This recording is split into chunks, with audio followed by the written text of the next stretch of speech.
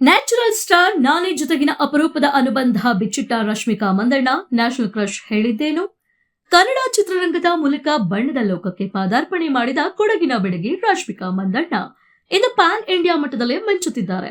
ತೆಲುಗು, ತಮಿಳು ಹಾಗೂ ಹಿಂದಿ ಸಿನಿಮಾಗಳಲ್ಲಿ ಸರಣಿ ಅವಕಾಶಗಳನ್ನು ಗಿಟ್ಟಿಸಿಕೊಳ್ಳುತ್ತಾ ಅತ್ಯಂತ ಬೇಡಿಕೆಯ ನಟಿಯಾಗಿ ಹೊರಹೊಮ್ಮಿದ್ದಾರೆ. ಇತ್ತೀಚೆಗೆ ನಡೆದ ಸಂದರ್ಶನವೊಂದರಲ್ಲಿ ಅವರು ಟಾಲಿವುಡ್ ನಟರೊಂದಿಗಿನ ತಮ್ಮ ಒಡನಾಟ ಮತ್ತು ಆತ್ಮೀಯತೆಯ ಬಗ್ಗೆ ಹಲವು ಕುತೂಹಲಕಾರಿ ವಿಷಯಗಳನ್ನ ಹಂಚಿಕೊಂಡಿದ್ದಾರೆ.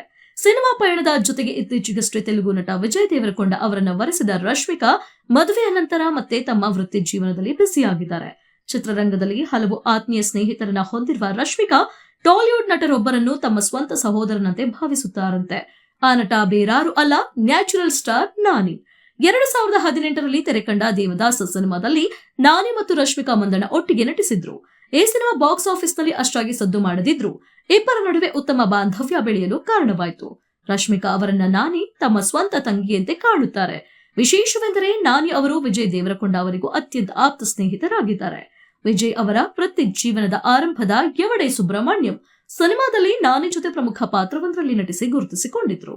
ಸಿನಿಮಾಗಳ ವಿಷಯಕ್ಕೆ ಬಂದ್ರೆ ಮದುವೆಯ ನಂತರ ರಶ್ಮಿಕಾ ಅಭಿನಯದ ಕಾಕ್ಟೇಲ್ 2 ಸಿನಿಮಾ ತೆರೆ ಕಂಡಿತ್ತು.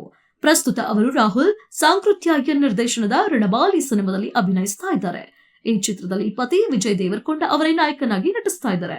ಈ ಹಿಂದೆ ವಿಜಯ್ ಮತ್ತು ರಾಹುಲ್ ಕಾಂಬಿನೇಷನ್ ಅಲ್ಲಿ ಬಂದಿದ್ದ ಟ್ಯಾಕ್ಸಿವಾಲಾ ಸೂಪರ್ ಹಿಟ್ ಆಗಿದ್ದರಿಂದ ಪ್ರಸ್ತುತ ನಿರ್ಮಾಣ ಹಂತದಲ್ಲಿರುವ ರಣಬಾಲಿ ಚಿತ್ರದ ಮೇಲೆಯೂ ಅಭಿಮಾನಿಗಳಲ್ಲಿ ಭಾರಿ ನಿರೀಕ್ಷೆ ಮೂಡಿದೆ.